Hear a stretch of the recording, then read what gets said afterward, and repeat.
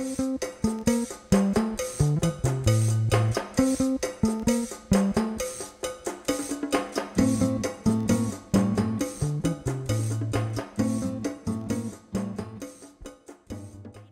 the president of the Film Lab. For those that don't know the Film Lab, we're a 501c3 nonprofit dedicated to the promotion of diversity in mainstream media. So we run 2 television series. One is on New York City Life. It comes on tonight at 11. You can tune in. And one is on Crossings TV. And then we have an online channel, which is AFL TV, which all of you are welcome to submit to anytime. We take submissions from all over the world. And we run programs every month for writers, for directors, for actors, for filmmakers, for producers.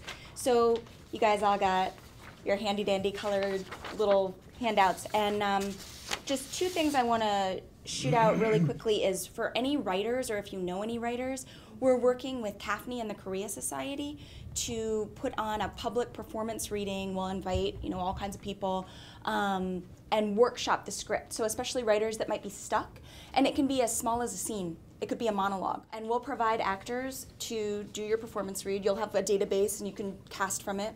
And then we'll have a moderator there. And what she'll do is she'll actually get the audience to engage in the creative process and to give constructive feedback for the writer so that you can get a good idea, you can kind of gauge, because sometimes you get in your own head a little bit and you forget how other people are gonna listen to your script. So it kind of gives you a good idea. You're like, oh wow, the audience thinks that's hysterical. I thought it was really sad. So it kind of gives you a good idea and it helps you. And then people give written feedback if they're shy, so you go home with a packet of feedback basically. And for this particular one, because we're working with CAFNI and the Korea Society, what we're trying to find is multiracial, diverse scripts that have at least one Korean character or theme or location. And if it's not ready, but you know it will be ready by November, because I think the event is November 13th, what you can do is just submit your logline and your synopsis and just explain, hey, I'm still working on it, but here's my logline and synopsis. I think it will be really good because... Would it qualify for Korean, but there's no Korean characters? Yes, actually, yes. Yeah, all right. Yeah. Or you could just be Korean.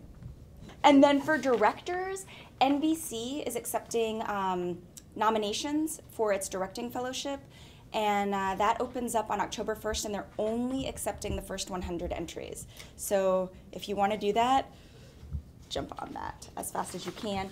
So now I've talked so much, so that's all the billions of announcements. Does anybody have any quick questions? No? Great.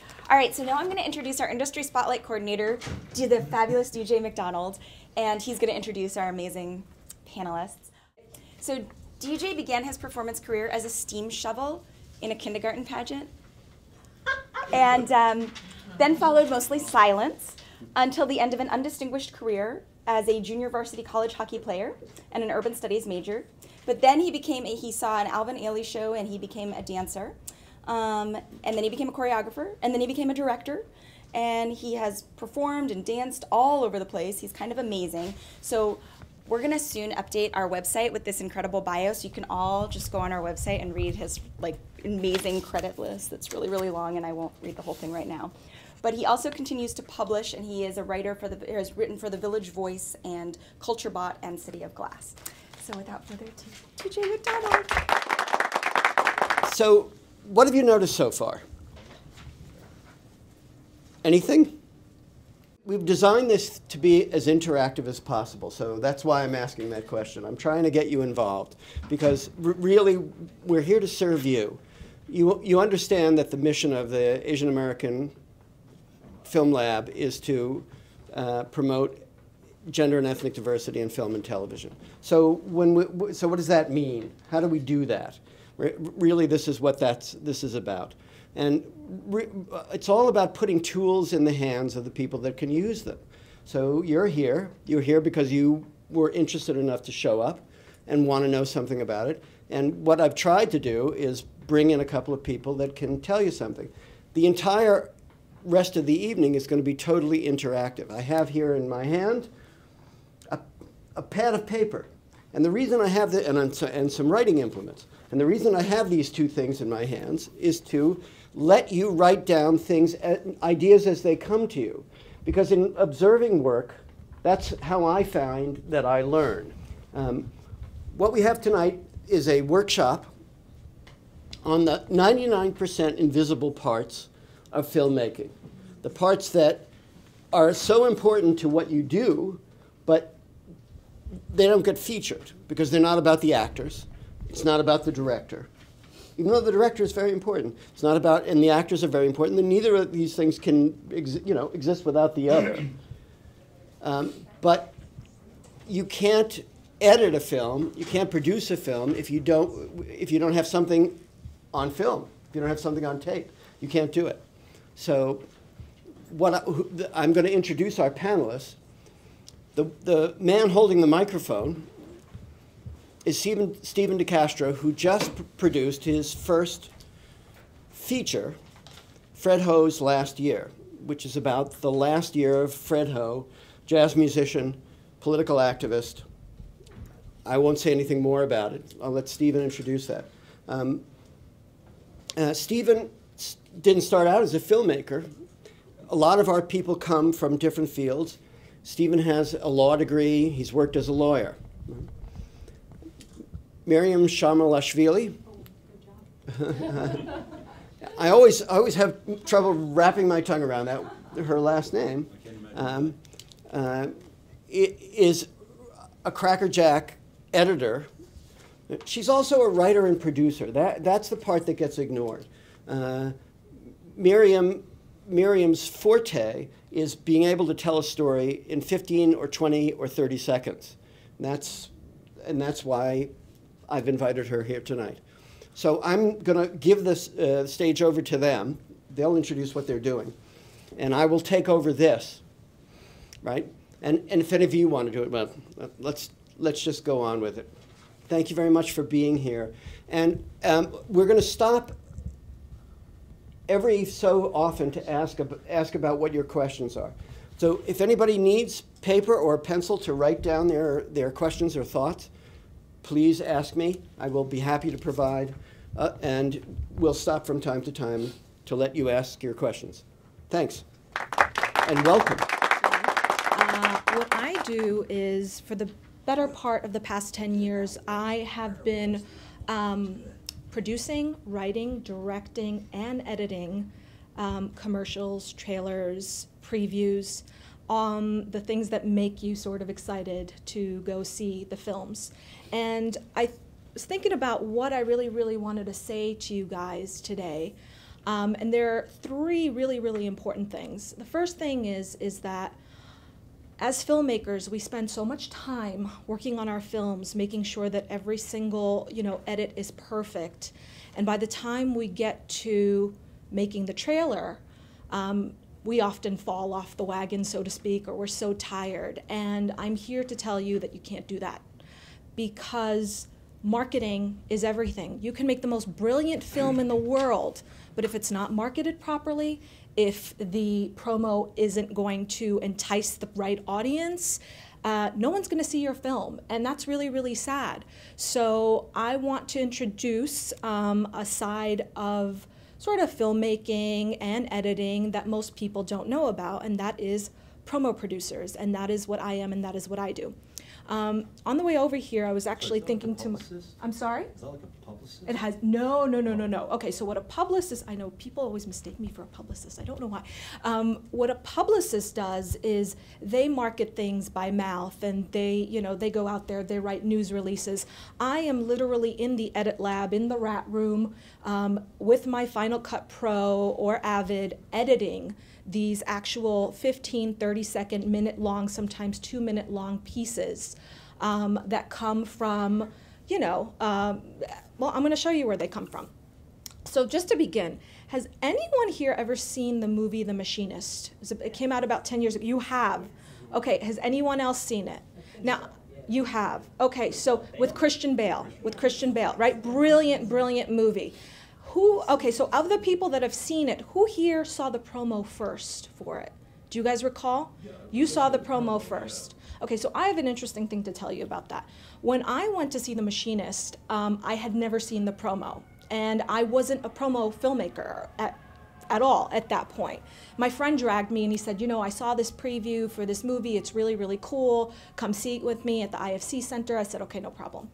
So I get to the movie theater, I watch the film, and when I tell you, like, I was at the edge of my seat the whole time, it was incredible. It was really, really thrilling to sit there and watch this movie.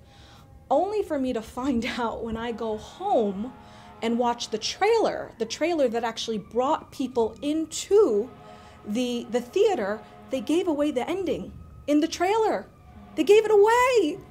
And I was livid. I mean, I was really happy for myself because the experience I had was just so thrilling, but I felt so bad for all those people that kind of went, I mean, like, imagine what it would have been like for me to have seen the trailer and then been in the theater and known all along what the ending was going to be. How many of you guys have gone to a movie and come out of it saying the preview had the best parts, right?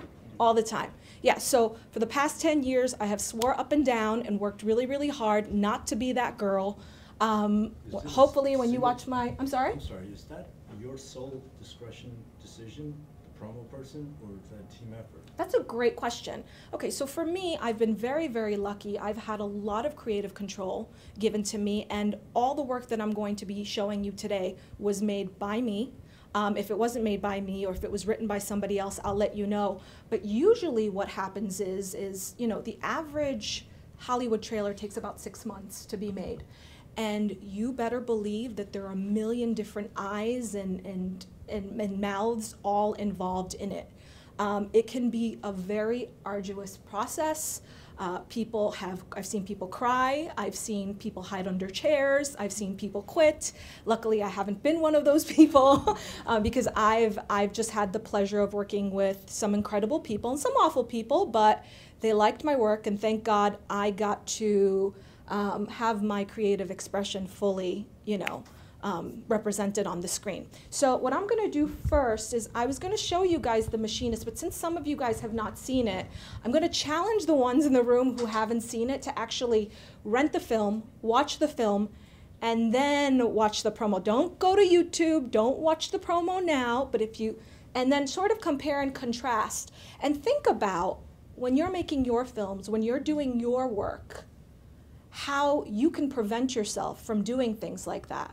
Because what we all want in the end is for people to come out of the theater, you know, out of that little screening room and go, wow, that was amazing, that was better than the promo. And it's really hard because my job is to make sure the promo's good enough to get you in, but I don't want to make it so good that you're like, why did I go see this movie for? There's no point to this. So I think the first piece I'm going to actually show you is, anybody ever see the movie A Perfect Murder? When I was given this assignment, I was about 25 years old, and this was actually the second promo I ever made in my whole life.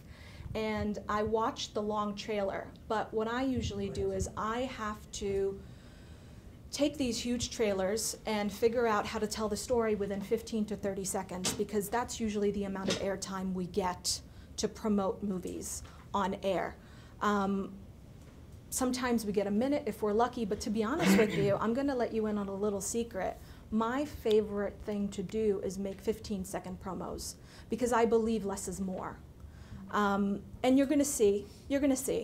I had a minute-long trailer that I actually made for this movie that aired, but I didn't bring it in because I actually prefer the 30-second trailer. Do you regularly prepare like a 15-second, a 30-second, and a 1 minute, and then the other folks decide how and when they want to use it? That's a really good question. Yes. So when something is being premiered for the first time, usually what we do is a minute, a 30, a 15, fives. Sometimes we do 2-minute long trailers.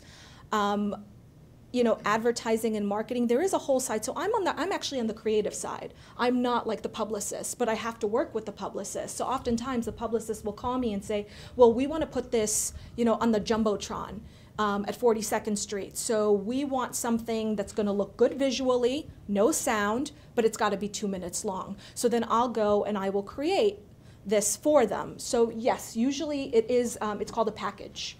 We create a whole package. You know what? Maybe before I start with this, I should just sort of tell you what the process is like, because hopefully you guys will be making your own trailers one day for your fantastic movies. So the first thing I usually do is,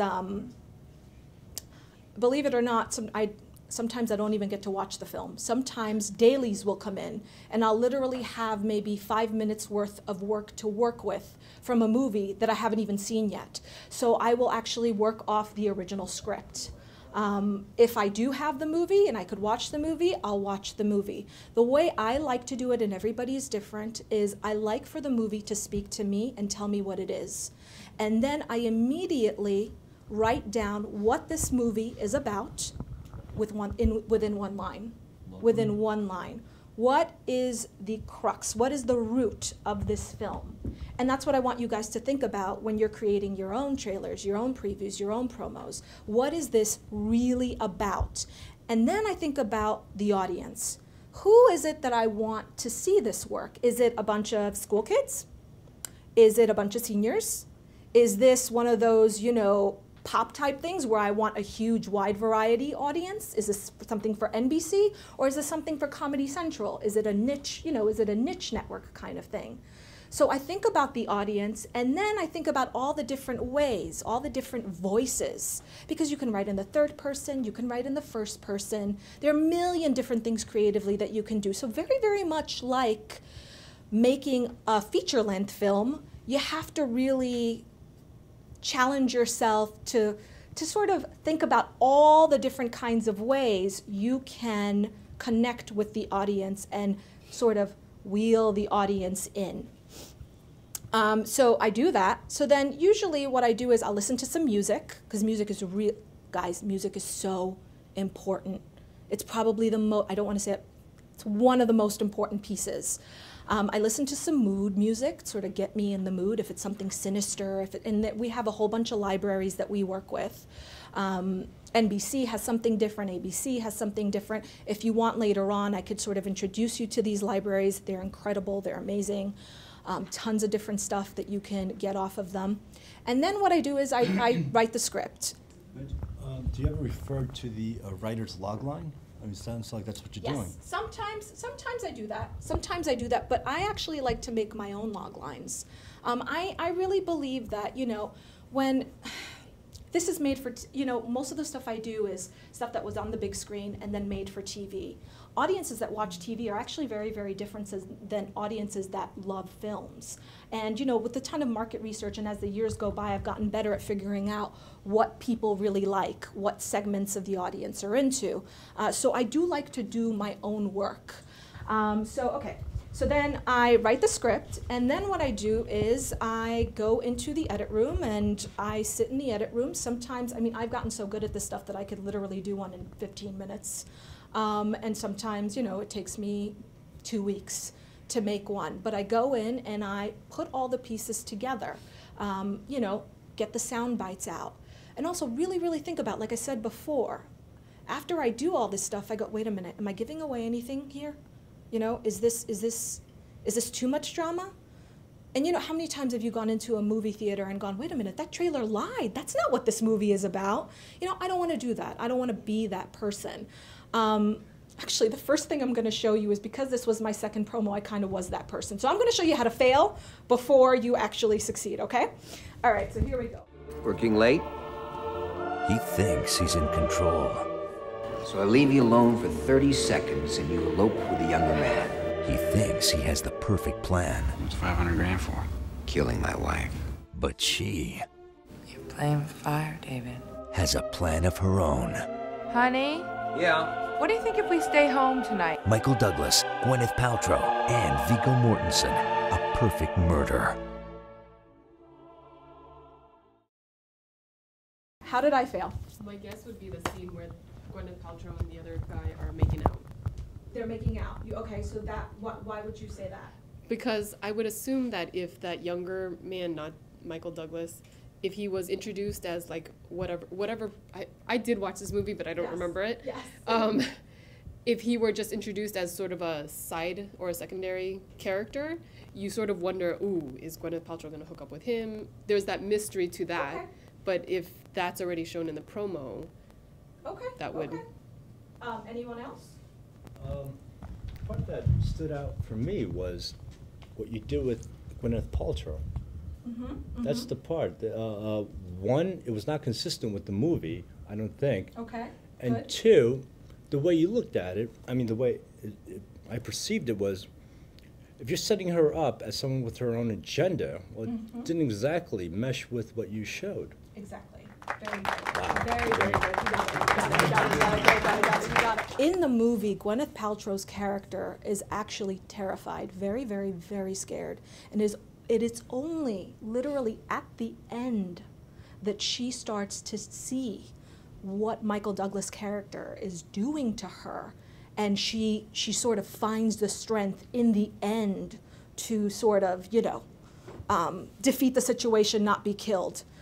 In that scene, also very good, in that scene where the sex scene, Gwyneth Paltrow has no idea that Viggo Mortensen was hired to kill her. Oh, I had a question. Yes, questions, please. So, with the voiceover, at what point do you order the voiceover artist and who writes it? It could be at any time. Sometimes I have a voiceover talent do it right before in the beginning because I want a certain tone and I want everything to follow that tone. And sometimes it depends on the voiceover talent. I work with this, when I was at Oxygen, I worked with this woman named Elena, and she's an amazing voiceover talent. She just got everything just like that. She knew what I wanted. So I worked with her, sometimes the promo would have been done a week before, and then she would read it over. But, the voiceover talent gets to see the piece on the screen, so they can kind of figure out what it is, what the tonality of it is. And sometimes they don't. Sometimes they don't have that luxury because we got to go, and it's got to get on air, and I have literally 15 minutes to create something from nothing. So, yeah. Do any directors ever have like a complaint after seeing something like this? No. No, I mean, because the thing to me is, this is my job, and it's important to me that my clients are 100% happy with their work. I am a freelancer. I don't have a regular job, so my work depends on how good my last gig was. It's a very, very small industry. Everybody knows everybody, and you make one wrong move, and it really, really is true. I mean, you're not going to work again. So integrity is very, very, very important. And as long as the client is happy, then all is okay. Okay, so I'm going to show you Homeless to Harvard. This is another Lifetime movie. So I had 15 seconds to tell this story. So you guys tell me if you get what this story is about in 15 seconds. Watch the incredible true life story of the young woman who was determined not to let her past You think they let people like us into Harvard? stop her from having a future. I want to go to school. I just need one chance. Thora Birch stars in Homeless to Harvard, tonight at 9 on Lifetime. Okay, 15 seconds to tell the story. What did you guys get from that? I either did my job well or I didn't, so it's okay. Bring it on. Inspiration. Right.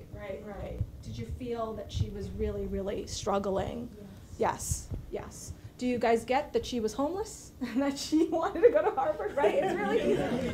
I like the fact that in 15 seconds you captured the entire movie. Right? And this is what I was saying. What I love about 15 seconds is that it's like, give me the basics, give me the core, no BS, nothing. I wouldn't suggest making a 15-second for your first trailer if you've made trailers by yourselves. I would start making a 30, but then start to strip away. When you make a 30 and you start to strip away stuff, you would be amazed at how much information you can pack into 15 seconds. It's really incredible. I did work on Sex and the City when it was on Oxygen. So this is a very, very quick promo. The women that watch Oxygen are really, they like to live out loud. They're very brazen, they're very bold. And, within 10 seconds, sort of give us that vibe, give us that feel with Sex in the City. So I chose to do something very, very simple, like this. How many sexual partners have you had?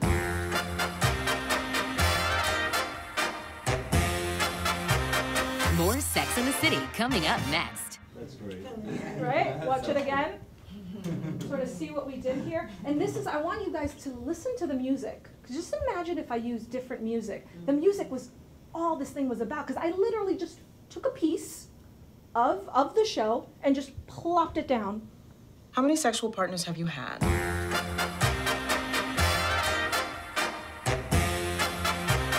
More Sex in the City coming up next. Timing is really, really important. When you are working on your films, when you are working on these trailers, you want them to be miniature symphonies. You want the highs to go, and you want nice stoppage, you know, for full effect, that kind of stuff.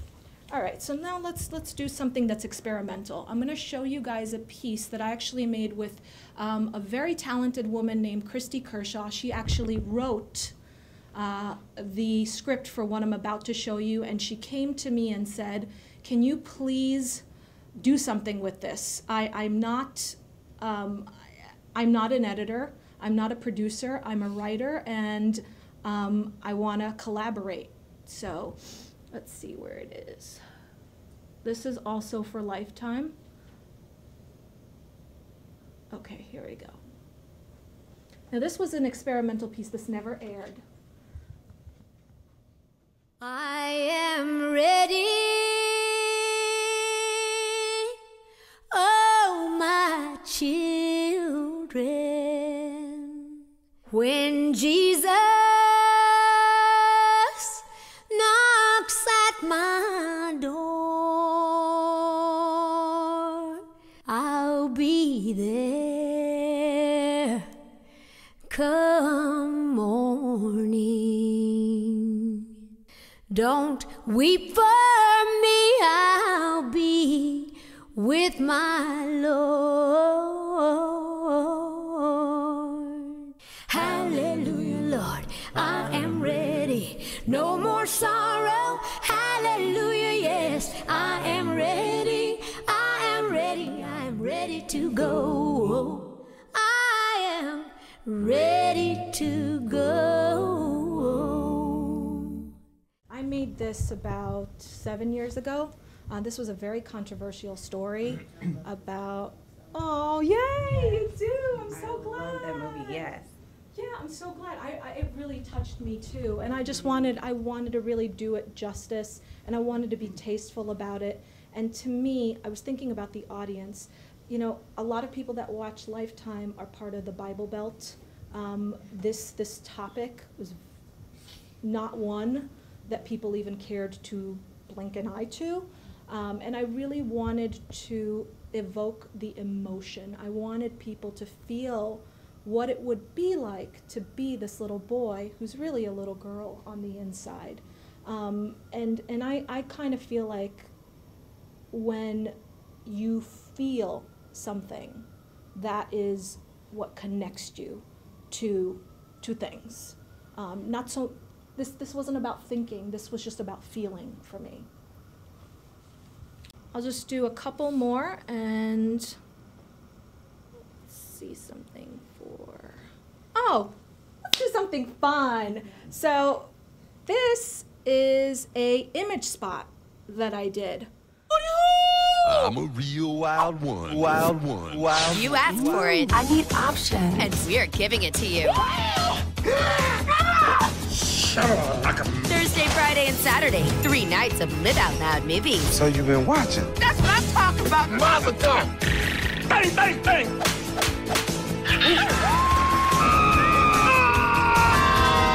That was fabulous. Movies Out Loud. Thursday, Friday, and Saturday on Oxygen. I brought this up for graphic purposes.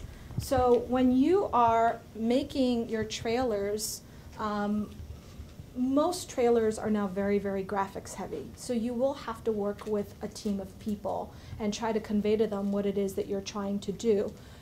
I was very lucky with this. I gave the graphic designer the shot of a car moving up and down, and I said, do something with it, because I don't know, you know? And he came up with this. So watch the graphics in this. You asked for it. I need options. And we're giving it I'm going to talk through this. So the color is really, really important. We have a huge color palette that we could have chosen from, but we chose yellow.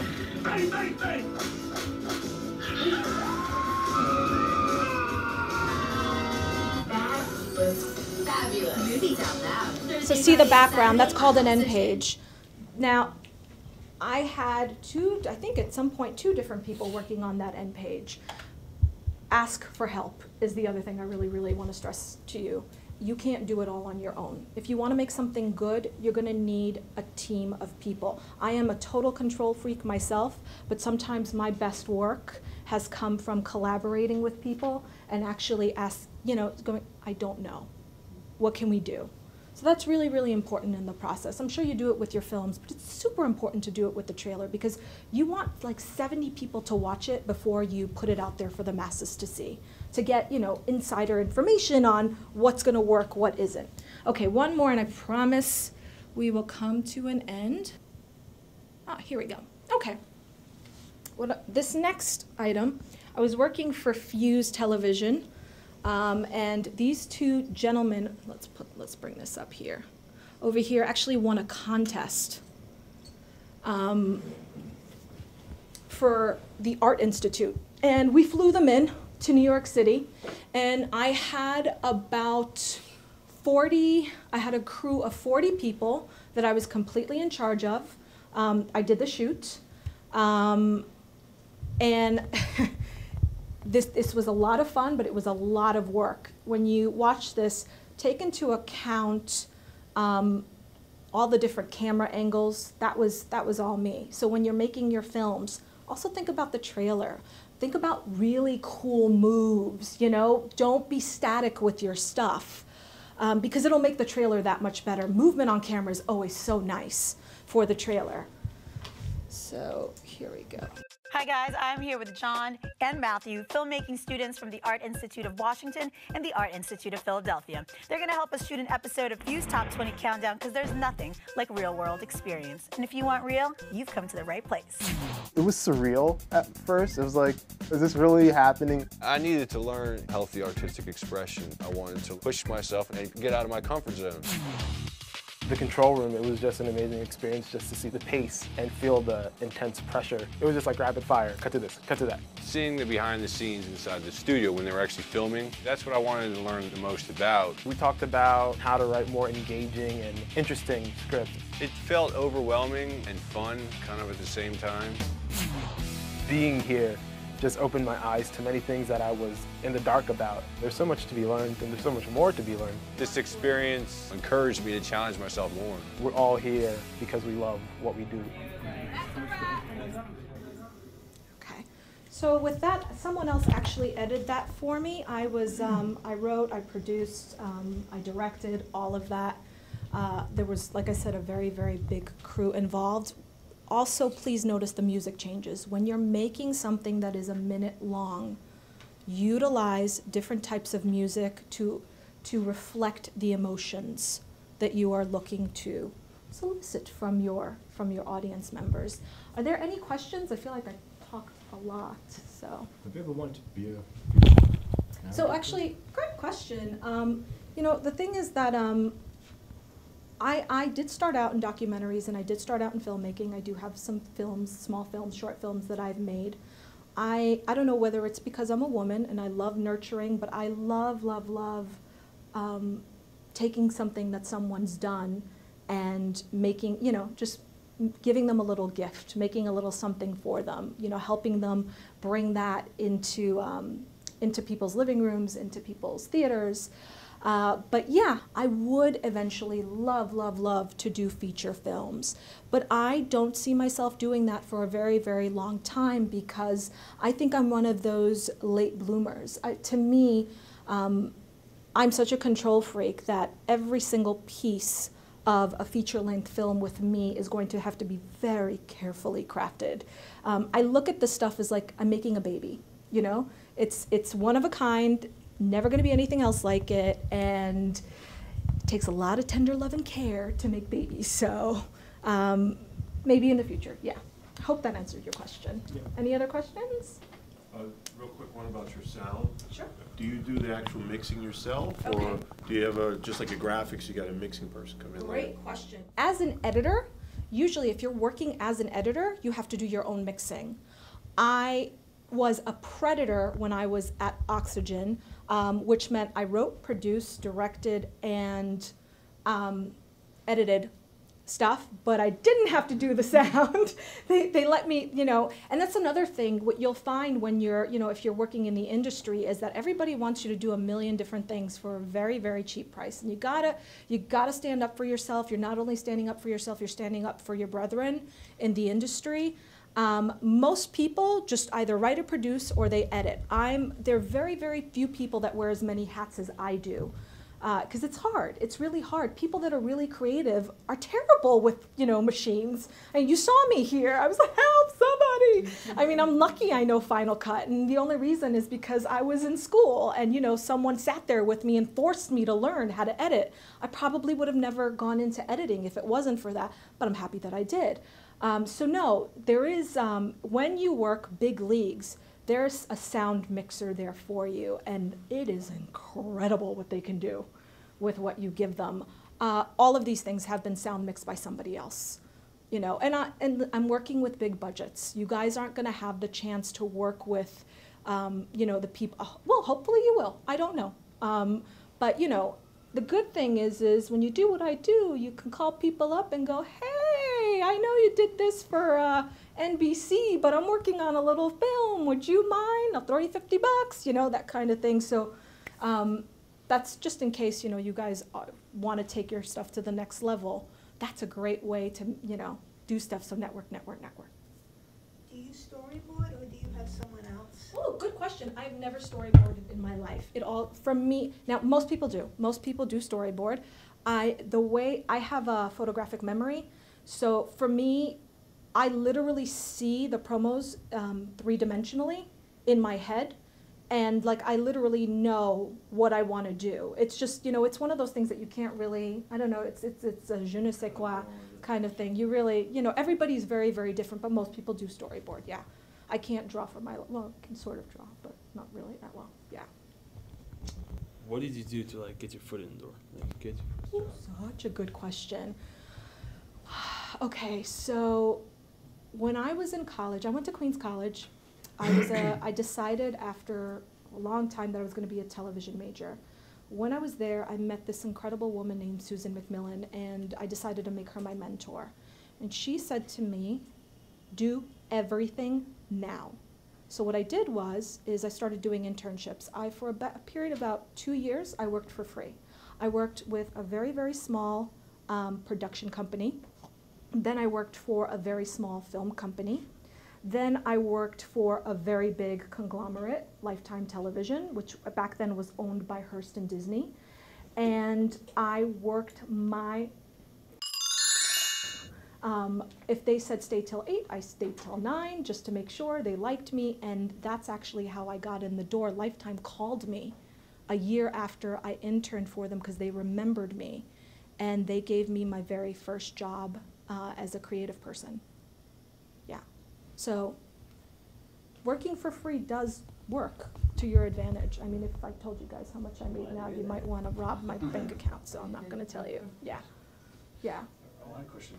Would you say your approach to cutting trailers for, let's say, television or what you've done in the past would be the same if you were to do something for like a Kickstarter campaign? And would you advise, so I guess for a fundraising strategy, would you take some of the same approaches? Absolutely. Or, okay, you would. I absolutely would. Now the thing with Kickstarter, and I'm so glad you brought that up, or because crowdfunding source, whatever. Yeah. I mean, and it's funny because, like I said in the beginning, usually it's you make the film and then you work on the trailer. Nowadays it's, no, you make a trailer so you can make the film.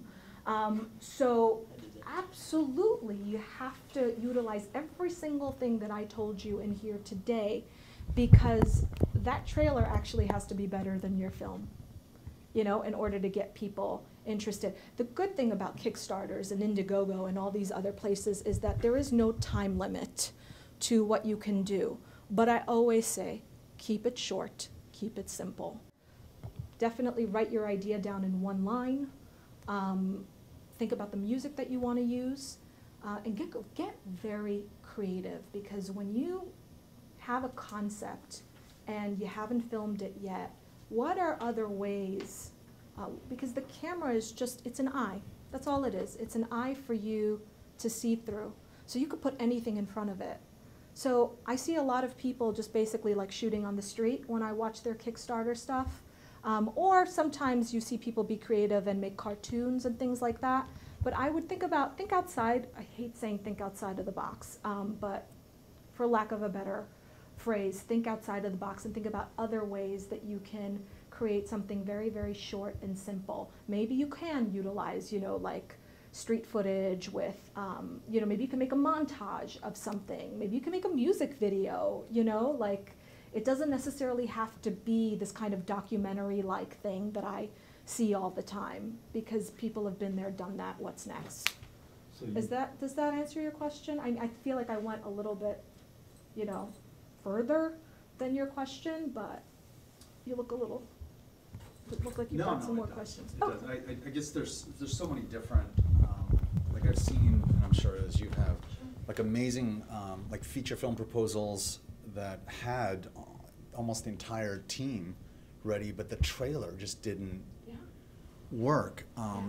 Or they would take, for example, in one case, they got the rights to a pretty well-known novelist, like internationally known, and so they just stuck her in there because she gave her the rights to it, and they tried to leverage that, but it didn't do enough, because most people who are not, let's say, readers of XYZ, wouldn't know her, so sure. It failed in that way. So I'm just wondering if you've seen, and from your colleagues, if there are certain gimmicks to avoid, or just to do more, like you were mentioning emotion, which I totally agree with you. So is it more just to not get anyone? You have to connect, and you have to stay true to yourself. As much as my job is to make all of you happy, if I am not happy with it, then I've done you a disservice, because I know you're not going to like it, because if I don't like it, how are you going to like it? With that said, you have to stay true to the work. And there's this term in documentary filmmaking, it's called kill your darling. Okay, you've heard it, right? It's like you really, really love this one shot, but it makes no freaking sense, but it's Gwyneth Paltrow in the nude, and people love nudity, and blah, blah, blah, blah, blah. You know what? Put it in your blog. Put it up next to it, Don't put it in your trailer if it's not relevant, and if it doesn't create an impact. What you want to do is whatever piece you're making, you want to look at it at the end and feel something. If you don't feel differently after you've viewed your trailer, then you failed. Sorry to be so tough like a drill sergeant, but you have failed. So, yeah. Stephen, come up here, you wonderful hunk of man. Good job, Miriam. That's awesome. Okay, so I'm going to introduce Stephen. Oh.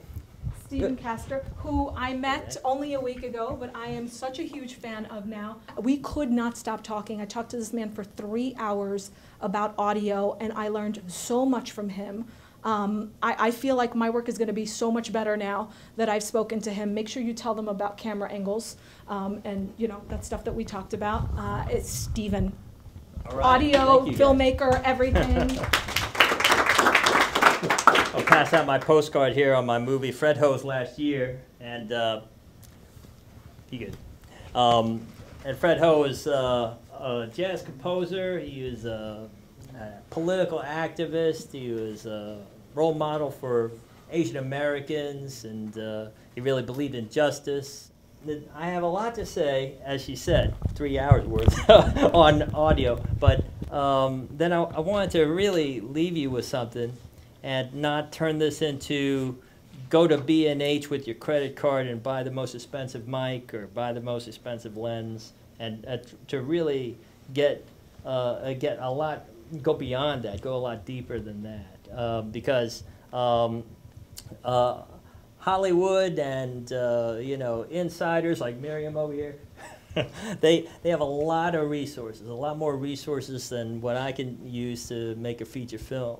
And so, of course, it makes the independent filmmaker feel like, okay, well, I have to get the best stuff. I have to know as much as I can technically about the best gear.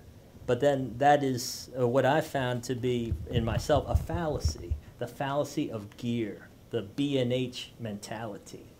Very bad. It took me a couple of years to get past this, because it's not about how expensive your microphone is. It's about, do you know what that microphone can do, and how do you use that microphone? And so that's the technical aspect. But I'm not going to start with the technical aspect. I'm going to start with the filmmaking aspect. And I tell you what, I'm not going to introduce it. I want you to just take a look at this. This is the ending of a stage show. And this is also, in terms of camera, by the way, this stage show is called Deadly She-Wolf Assassin at Armageddon. And this is just a slice of the ending of the show. Distilled upon my soul, you were both there, preying on the fangs of the corrupt that threaten the survival of the pack. I couldn't fight you on my own.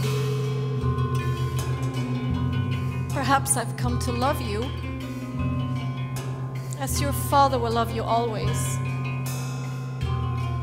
without vengeance, without doubt.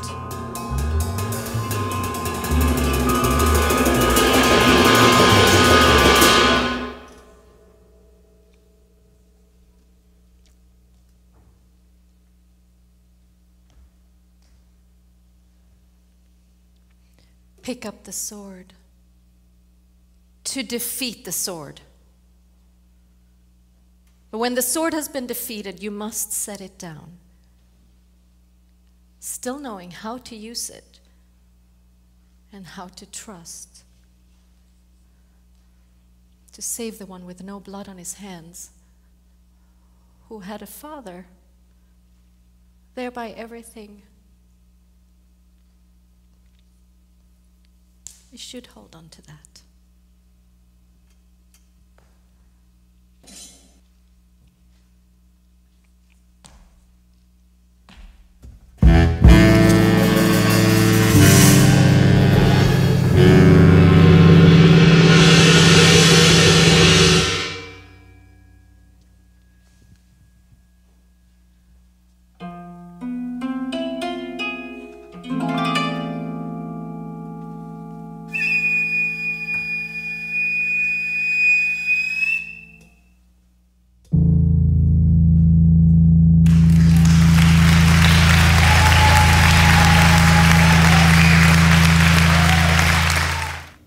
So did you get a little feel of that? Because, so a couple of things I want to say about it is, if you did get a little bit of a feeling of it, it is a pretty amazing show. It's by a Japanese director, Sonoko Kawahara.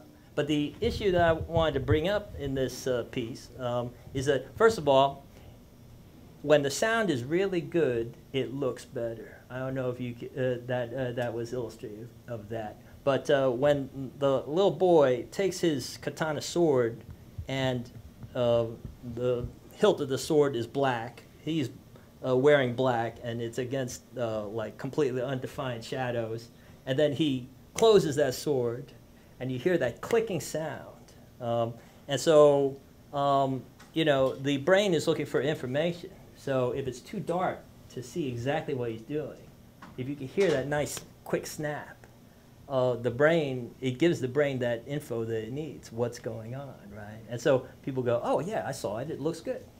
So like when the sound, the capture is good, it looks better. That's how kind of like our brains work, right? And so now the interesting thing is, another guy, a friend of the director, shot it. I got his footage, and in many respects, his footage is better than mine. In what sense, Stephen? What do you mean? I think that he just, I don't know, he went on a different night, the lighting was different, and so he got a little bit better exposure. And not only that, he speaks Japanese, so he could relate better with the director, and he's the director's friend. I got hired to do the whole show, to produce a show video. And because she thought that my video was better. My video is not better. It's the audio. And so, couple things. When you hear the narrator, would you feel the same if it was for a fact that the narrator was wearing a microphone like right here, a few inches away from her mouth and her throat?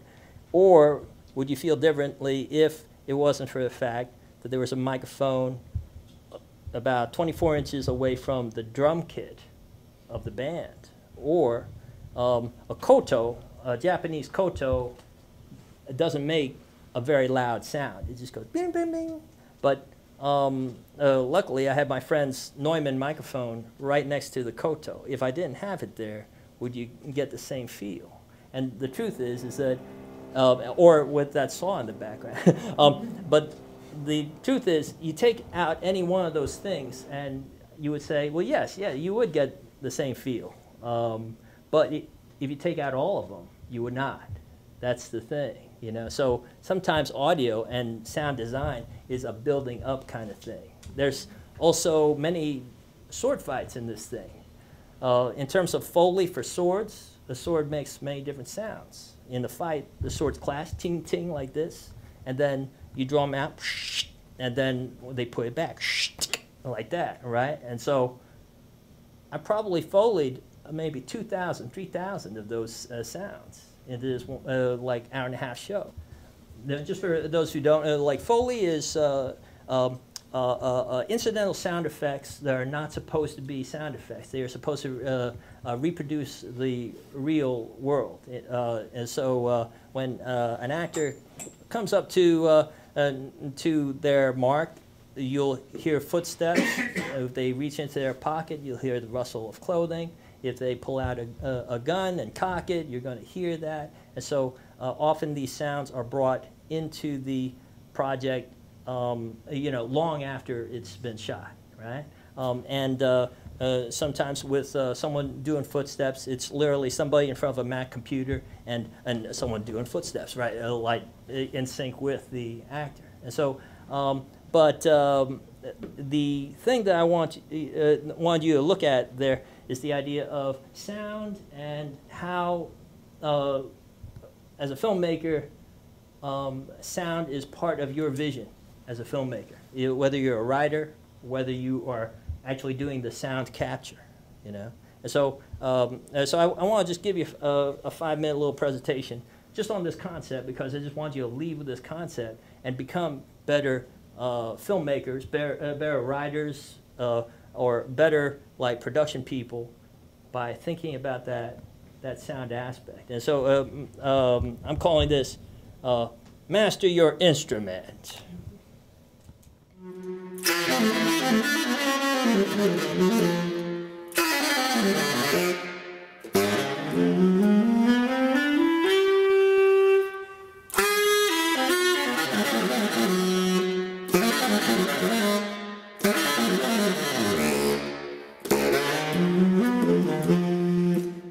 Is a master of his baritone saxophone. There are 4 types of saxophones. The baritone saxophone is takes care of the lowest frequencies. The lowest frequencies we call the fat end or the bass or just the bottom. And so at the top is called the soprano saxophone. And so, Fred can play all the notes in musical notation. And so he was one of the only people in the world who could do that. He died last April.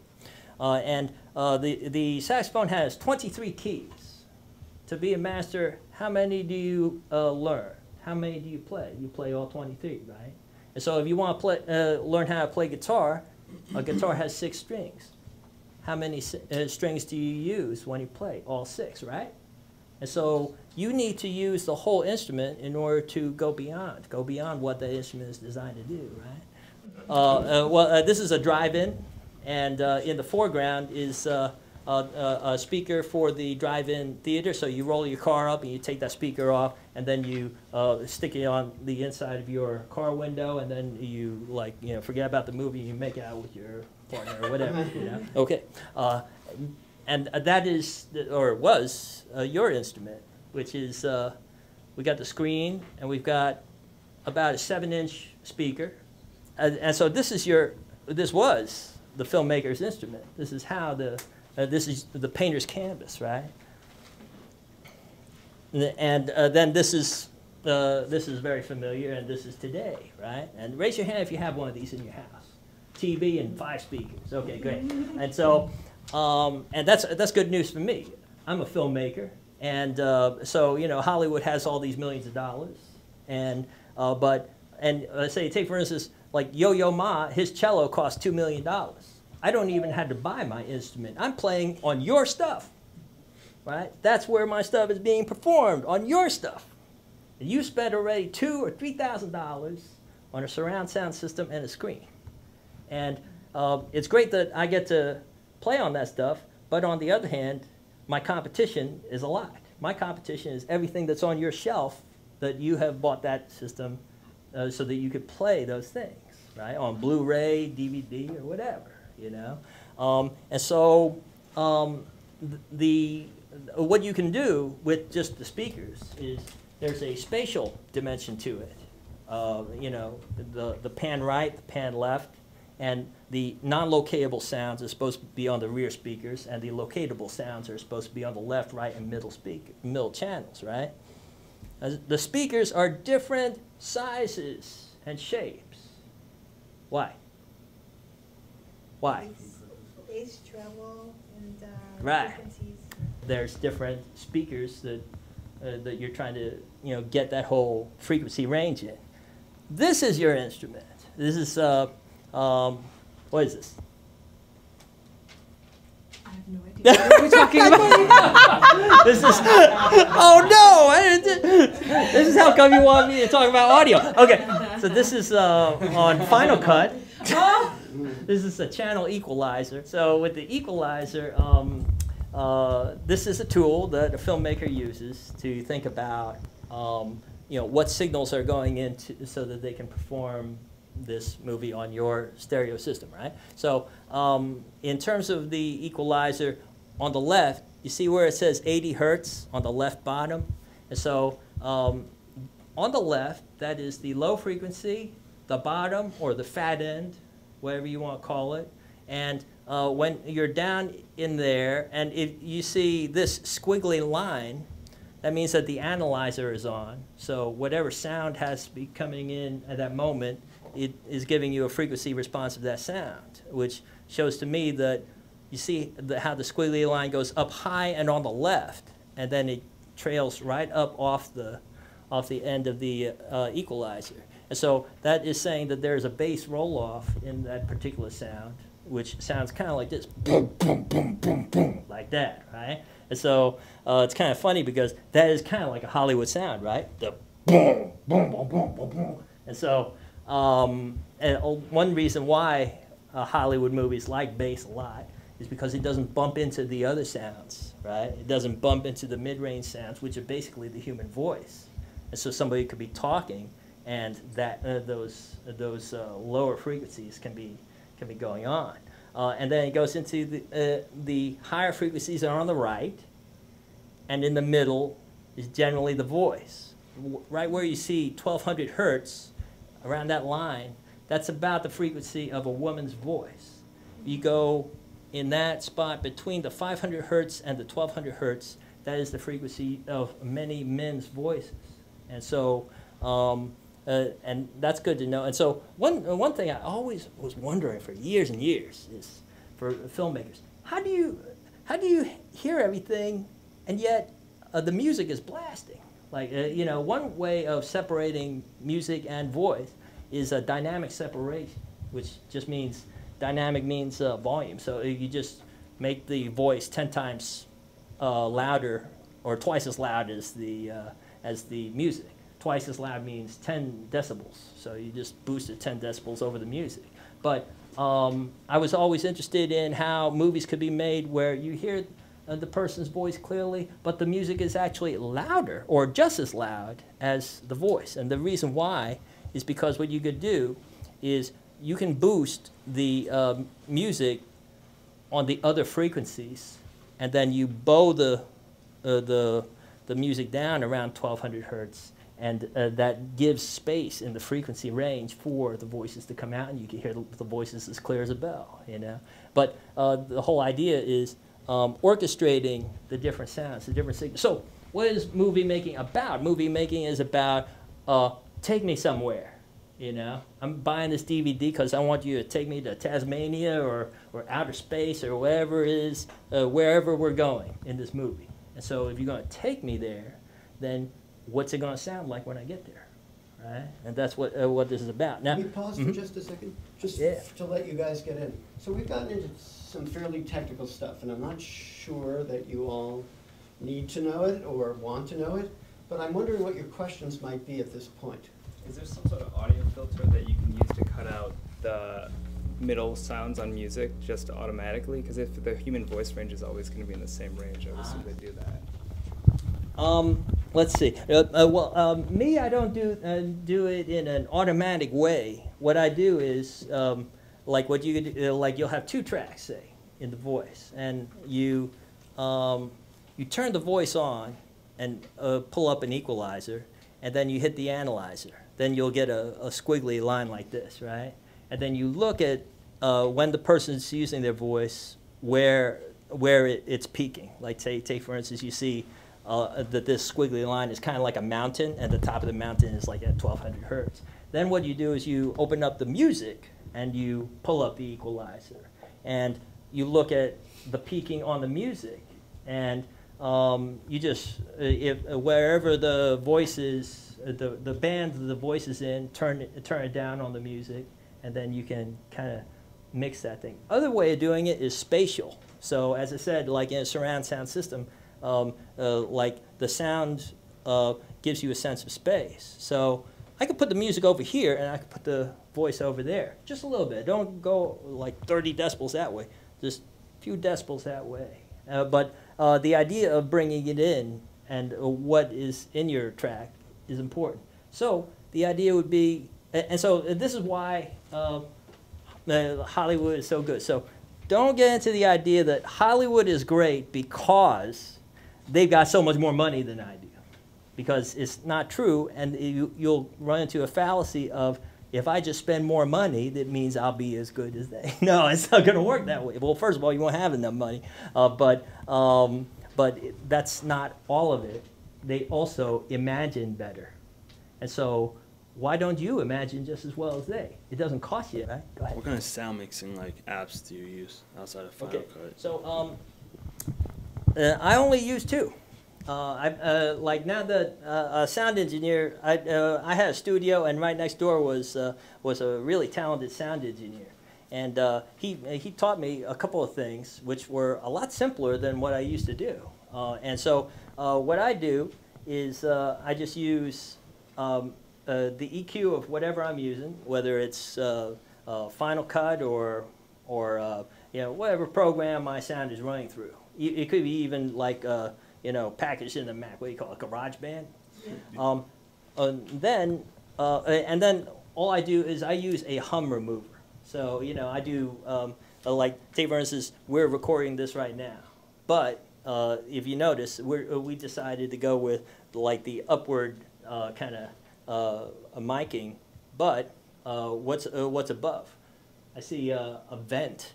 So this vent, and whenever that air conditioner comes on, if this was a totally silent interview, that sound would be audible, right? And so if I'm mixing it in with somebody else's interview, you're going to hear the clipping of that white noise, right? So I gotta get that white noise out.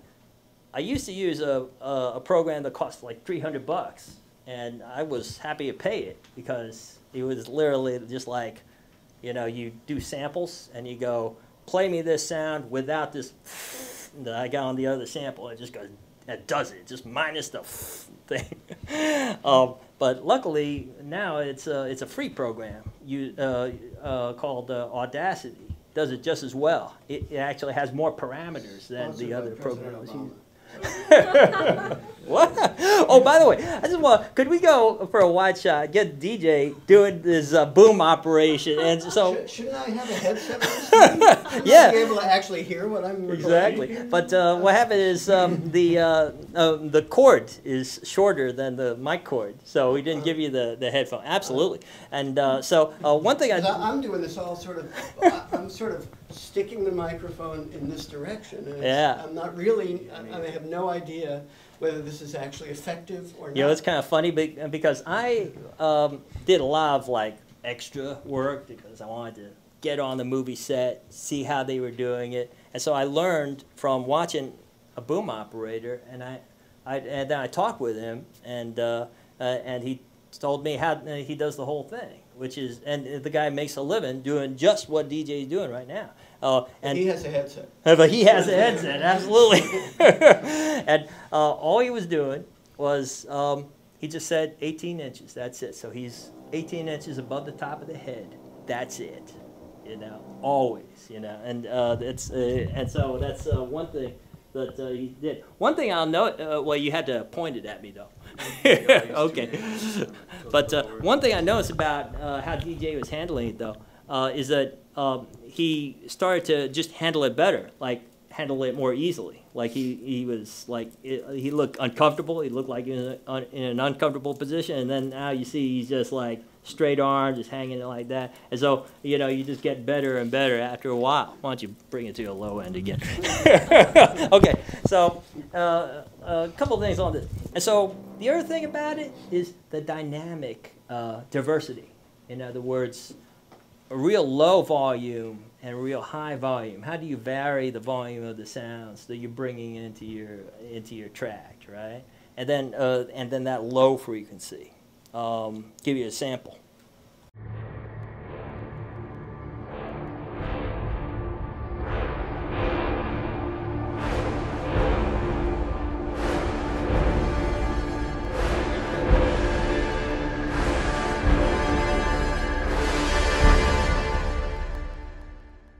I watch a lot of crazy movies, little cheap movies, like corny movies, Hollywood stuff. And so, you know, this kind of sound is bursting out of my bedroom all the time, you know. And so, you know, Hollywood's always like shaking your speakers like that, right?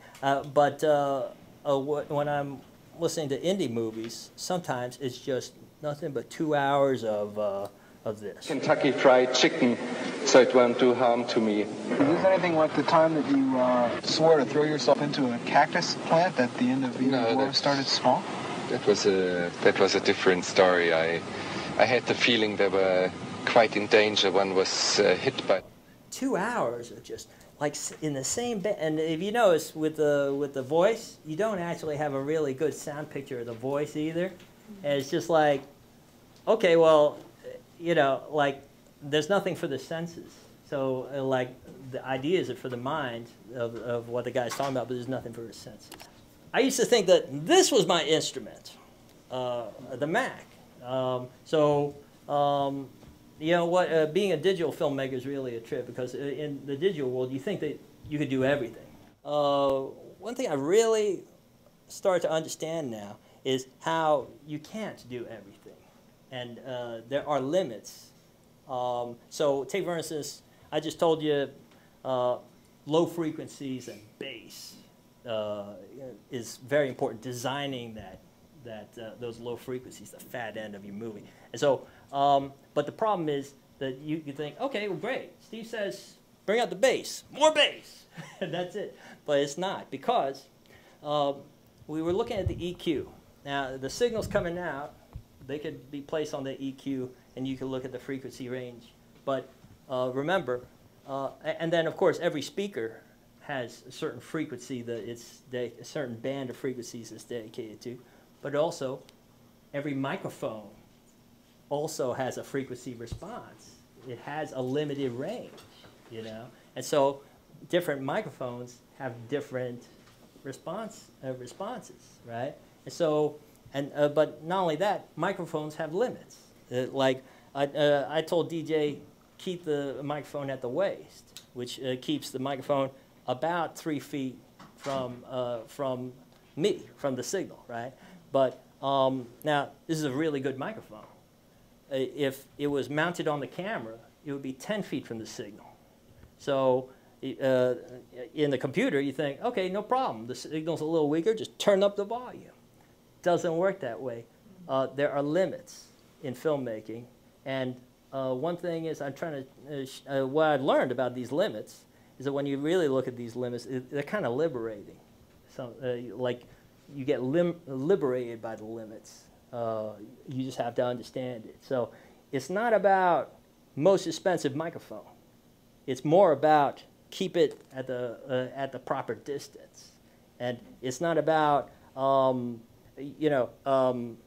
literally the frequency response. It's about designing the sound in the different frequency bands and the different spaces, and just thinking about that as a filmmaker, but also allowing that to affect how you capture your sound. And same thing about the image, how you capture the image. Same thing about a camera. A camera has limits. Like people, a lot of times, approach their camera similar to a computer, because a camera is a very sophisticated computer on the back end, isn't it? So, many people are comfortable with computers, so they think the camera is a computer. They forget about what's at the front, a lens, right? And so, some people go, why should I have a microphone for this, a microphone for that? Why don't I get one microphone that can do everything, the all-around encompassing microphone or whatever? And there's no such thing. Same with lenses. You can't have a lens that does everything. And so there are limits. There's, a lens has limitations. And learning those limitations is kind of liberating. Anybody got any more questions? How many types of different mics did you use for this? Yes. Fred Ho. I use every single mic I got. What are the different types? And what does that mean? There's unidirectional, omnidirectional, those kinds of things. Okay. So I won't get into a pattern. I'll go into the types, I guess. One microphone that I would use would be this mic. So this is a shotgun. Really, it's called like a long gun, right? And so a lot of people, they think, okay, well, somebody told me that I need to know something about sound. So I just grab my credit card, buy the most expensive Rode mic I can, stick it around the camera. I'm good, right? And so problem with that is that the Rode mics are great mics. They're making millions of dollars with microphones that are designed to be stuck on top of the camera. But the Canon microphone inside the Canon camera, that is one excellent microphone. I love that mic, right? But the trick is, say for instance with the Fred Ho movie, which has excellent sound almost all the way around, is that you never hear, it was done without any on-camera mic. We never stuck a microphone on the camera. It's a jazz movie. It's got to sound good, right? And so any microphone that I could use to get that mic close to my subject, that is actually the most important thing. More important even than the pickup pattern of the microphone, whether it's a cardioid, an omni, or whatever. Because the closer it is, two things happen when you keep the mic close. You get better, what they call signal-to-noise ratio, and you get a better sound picture, right? So the signal-to-noise ratio, let's just define these terms. It sounds like a technical term, but it's really pretty simple. Signal and noise. Signal is what? Signal is what I want to pick up. In this case today, the voice. Noise. Noise is whatever I don't want to pick up. Noise is that hum that you hear, that machine hum that you hear, right? And there's also a high frequency, it sounds like a light bulb or something like that. And so I don't want that, but I want the signal. So the signal and noise ratio is just that the signal got to be louder than the noise.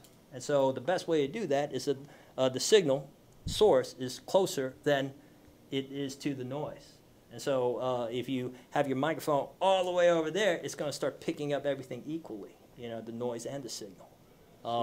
Yes? So would you just recommend a clip-on mic Yeah. for conversational shots? Now, a lot of wireless mics with Fred Ho. Yeah, and so the wireless mics are the best in terms of that signal and noise ratio. You get it right here. It's awesome, right? But the one thing about the wireless mic, and it's kind of similar to the long gun, is that the diaphragm is smaller, right? The diameter of the diaphragm is smaller. So why does that make a difference? It makes a difference because a microphone is essentially like a drum, right? And so if you have a big drum like this, when you hit that drum, it's going to have like 100 different tones. You can hear everything. But if you have a little bitty drum and you hit it, it's just going to sound like tock, tock, tock. It's not going to sound like much, a tabla. right? Exactly. So what happens is the larger diaphragm will pick up better high frequency, low frequency sounds, and the low part, the fat end, will be better. Is that also inferior because it's actually all digital? No, it's in terms of signal, it can be inferior because of the fact that you had to watch out for is a radio signal. And so other people are using the radio space. It could be the frequencies could be bumping into walkie-talkies of the security guards in the area, or the police, or the fire department, or the frequency bands in your wireless system might just be inferior, only a few bands. Now, I have a Samson 32-channel diversity wireless microphone. Now, this thing takes 32 channels and it just scans them constantly for the strongest signal, and it just delivers that. But that microphone is no longer sold because it got banned by the FCC. Because it's using too many frequencies, and somebody in the government decided, well, we need these frequencies for spying on people due to NSA or something, I don't know. But, and so one thing that you have to watch out for, and this is about filmmaking in general, is that you always have to have a backup. So, you know, I go to the Philippines, and I'm in the middle of nowhere. There's no 7-Eleven or whatever for me to get AA batteries. After a while, with all the gear, like you start, like you need so many batteries to get your shot done, it becomes a possibility that you're not going to get your shot done at all. You know, so now I also have added to my collection a wired lavalier, which is a great help because it means that I'm more solid for getting my signal, and I'm more reliable in terms of making sure that I can do what I need to do. I have a microphone here that I want to show you how you can get that fatter sound just by the microphone proximity. One thing I wanted to do is in the, what is it? I'm sorry, the Michael Douglas movie, The Murder, Perfect Murder. Perfect. Yeah, and so the difference of frequencies. And so like you hear Michael Douglas, and he's over here about this far. He's going, yeah, where are we going out? We're going out or whatever. And then and they go, you know, they go, oh, yeah, perfect plan. He had a perfect plan. Like that, right? And so, there's a mid-range. There's different ranges that you can get out of one microphone, you know? This is the movie phone range. This is where all the voiceovers happen and all this stuff. And but my voice isn't very good for voiceovers, so you're going to bear with me. But for narrative stuff or an interview, arm's distance is almost perfect. You get the best balance of highs and lows on a microphone. Sounds decent. And so, but if you want it to be just a little more present, just a little fatter, then you go elbows distance away. Also, if you have a very noisy environment, elbow is really good. Okay, and so this is elbows distance away on the microphone, so you get a lot more of those fatter tones, but you also still get the mid-range. It's not like really booming. And also, for this microphone, which is kind of a cheaper studio mic, this is about as good as you could get without like getting super, super fat. You know, the other microphones, like other really good studio microphones, you can get like right an inch away. But this one, it just fattens up too much. And so knowing your mic, and what your mic can do is real important, right? But this is also an important thing for directors, because I used to do forum, workshops in my studio and invite actors, and they would say something like, "Oh, well, that director really didn't know shit." And then I would say, "Well, how do you know when a director stinks?" And they would always say, we would do a take, and then the director would come up and go, "Could you speak louder?" So actors believe that it's the director's job to make sure that the sound capture happens, right? And so when an actor wants to go internal and wants to keep it at this volume, then you're supposed to have equipment that picks that up, right? And so, but nevertheless, what you need to do is keep it at this distance. Now, I'm going to show you a secret where you can do a feature film, and it could be professional sounding audio, and you do not have to spend any additional money. You could do it with your phone if you want to. So if you could stand up. And so I'm doing an interview of this lady. And so she's speaking. I get an extreme close-up, and I just shoot her just like that. And then that's it. Okay, so a movie called, I think it's called Charles Taylor, Soul of America. It was made in Brooklyn. And I don't know what's up with these guys. They couldn't afford a microphone or whatever. They took the DSLR camera, they got right on people's shoulders, and they just shot like that. And they got such good sound that this movie, Soul of America, went to South by Southwest and was seen in like 20 different film festivals. And you could check it out in Netflix today. And the sound is fine. It's not like perfect or whatever, but it's great. And there are several movies that are just like that. But you see what you sacrifice. That, okay, well, maybe I don't want, like a lens has limitations too. So if you shoot somebody at this distance, that might not be the most optimal way to shoot somebody.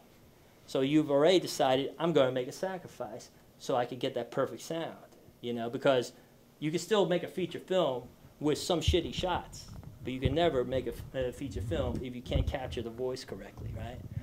And so then another movie called The Square.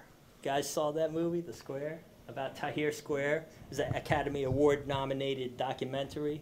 And that one was shot at about arm's length. They probably had like an on-camera shotgun mic, right? And so another excellent movie.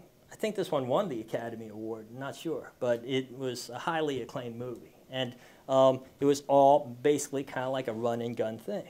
And so, if you have your mind on this, you are ready for like surprise, like allowing yourself to be surprised. Say like in a documentary, what kind of sound signals are going to make your documentary and take people to the place you want to take them. More than 100 fully armed men stopped the convoy in this detachment, the Masalay Army Detachment. Then from here, the convoy was, the route of the convoy was diverted towards that road, turning to the left, leading to the massacre site.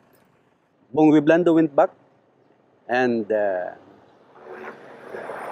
we all knew what happened. Half of his head was blown up by a powerful gun. He went back and tried to negotiate for the release of his colleagues. And I think that was the real reason why he got the ire of the suspects.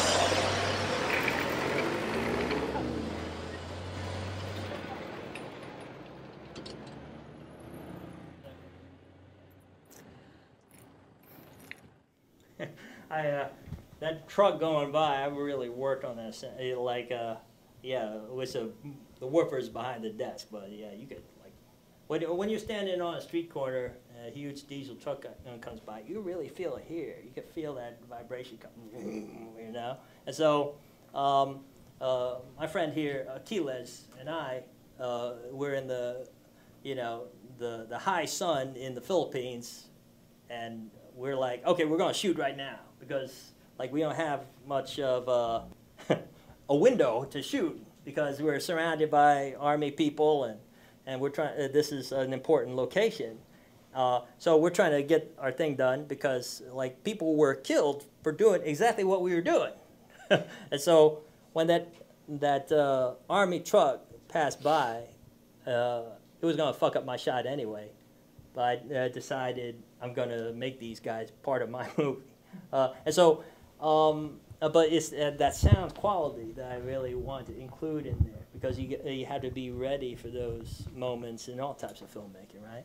And so, okay, that's what I got. So you guys can have questions. Thank you. What was the most challenging audio segment that you ever had to do?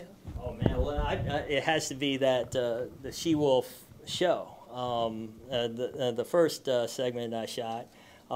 Because it's got so many different sources. And so I actually brought in some help to do that. But interestingly, when I'm following around Fred Ho, he's got like a 19-piece orchestra, right? But a 19-piece orchestra, at least for film purposes, it's not that hard to shoot or to record. I was wondering, with all these mics, where are you fitting them all? Yeah, right. Well, no, for the band itself, for She-Wolf, I only use 3 mics. But for an orchestra performance, well, for a feature film, film, I use 2 mics only. Well, for a feature film, generally we don't use wireless, specifically because of the width of the diaphragm, usually, right? But sometimes lavaliers are used. This performs better than a lavalier. So you see something like this on a movie set a lot more. So the way you hide the mic is, well, you can hide the mic in many different ways. If someone's at a table, just set the mic on the table. You know, put it behind a napkin dispenser or something like that. But a microphone in a conversation with a boom operator, they just like frame it like that, and that microphone is right here. And if they have to move the mic, say, take for instance, they're going to go a wide shot, and then they're going to hold it just like DJ's holding it, and try to keep that mic out of the shot. What's the most mics you use, or on average, in a feature film or a narrative film? Oh, it could, like generally 1. Like for a narrative piece, you use 1 microphone. Okay, why did I hear 19 mics? Maybe I misheard. Okay, so a documentary is different because that signal is coming to all over the place, and also music is different. So with 19-piece band. Right, so in different places trying to catch it. Okay, nice. So with the band, the first time, a couple times I shot the band, I thought, hey, this sounds great. You know, with just 1 recorder. But then I noticed something. Like something's wrong. It doesn't sound right. And what it was the drums. So if you shoot drums and your microphone is 30 feet away, it just sounds like tick, tick, tick, tick. It sounds like crap. So I found my solution. I would position my microphone, you know, so that I could get the whole picture of the band. And then I just have 1 microphone specific for the drums. Now the other thing is for like a Western drum kit. Most people say, oh no, you need like, usually when you're recording drums, you use like 3, 4 microphones just for the drums. But the way I did it is I use this microphone right here, a long gun, and I just point it at a line that goes through all the drums to the snare drum, pointing directly at the snare drum, but through all the other drums. And so then I heard it. I thought it was a good sound picture, and that's how I shoot orchestras today. It's like 1 or 2 microphones for everybody, and then except for the koto. The koto, you know, you have to have that mic pretty close. You almost have to reassemble that entire score in the editing. In a sense, you know what? It feels like you're part of the band. You feel like you're actually, you know, doing this concert with them, and that's when you're recording sound. You kind of feel like that, like I'm playing a musical instrument. in the sense, right? But did you just tap into the soundboard? Ah, yes. So, say, I go into the, you know, the Red Rooster? It's a beautiful, like, restaurant bar on Lenox Avenue. You know, Barack Obama eats there, whatever. And so, anyway, when I went down to do Fred Ho's orchestra at the Red Rooster, I noticed that they had like 1 million microphones all over the place, and they were going into the soundboard. So I got some direct sound off of that. But here's the issue.